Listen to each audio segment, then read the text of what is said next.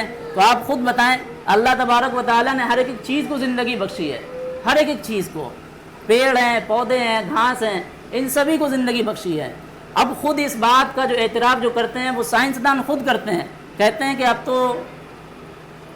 تو جو ہے پیڑ پودے ہیں، پھل ترکاریاں، ان میں جو ہے جان ہوتی ہے۔ اب آپ خود بتائیں ان کو جو ہے کتنا کاٹا جاتا ہے، خود جو ہے ان کو کس طرح پکایا جاتا ہے۔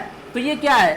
یہ نہیں ہے ظلم، یہ بھی بہت بڑا ظلم ہے، زیادتی ہے۔ تو عزیز ساتھیوں اعتراضات کے بہت لمبی فہرست ہے ان کی، اس کے لیے ایک بہت بڑا ٹائم درکار ہونا چاہیے۔ تو ہم اپنی بات کو یہیں پر ختم کرتے ہیں اور اللہ تبارک و تعالیٰ سے ہم دعا کرتے ہیں کہ اللہ تبارک و تعالیٰ ہم تمام کو زیادہ سے زیادہ کہنے سننے سے زیادہ عمل کرنے کی توفیق عطا فرمائے، اور اللہ تعالیٰ ہماری قربانیوں کو قبول فرمائے۔ دوسری بات وہ یہ ہے کہ آپ لوگوں کے سامنے یہ بورڈ لگا ہوگا، نظر شاید جاتی نہیں ہے کبھی، اگر ایک بار ادھر بھی نظر کر لیں گے تو برائے مہربانی بہت زیادہ اچھا رہے گا، کبھی آپ اس کی طرف بھی دیکھ لیا کریں۔ اس میں لکھا ہے جیسے بھی ہماری جو ہے رائٹنگ ہے ہم نے لکھا ہے، اب آپ لوگ تو ماشاءاللہ پڑھے لکھے ہیں، پڑھ لکھ لیں گے، دیکھ لیں گے، تو اس میں کتنا آپ کو دکھ رہا ہے محلے کا، اس سے آپ کو خود پتہ لگتا ہوگا، احساس ہوتا ہوگا کہ یہ بار بار کہنے والی بات نہیں ہوتی ہے، یہاں سے بھی ایک توہین ہوتی ہے، ممبر سے بھی اس چیز کی توہین ہوتی ہے کہ بار بار یہاں پر ہر روز یہی بات ہوتی ہے کہ محلے کا چندہ کتنا ہے، اس طریقے سے بات ہوتی ہے۔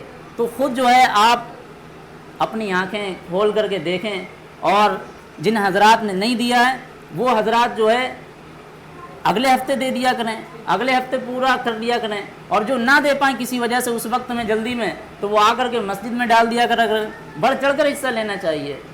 تو اللہ کریم سے دعا ہے کہ اللہ تبارک و تعالی ہم لوگوں کو زیادہ سے زیادہ خرچ کرنے کی توفیق عطا فرمائے۔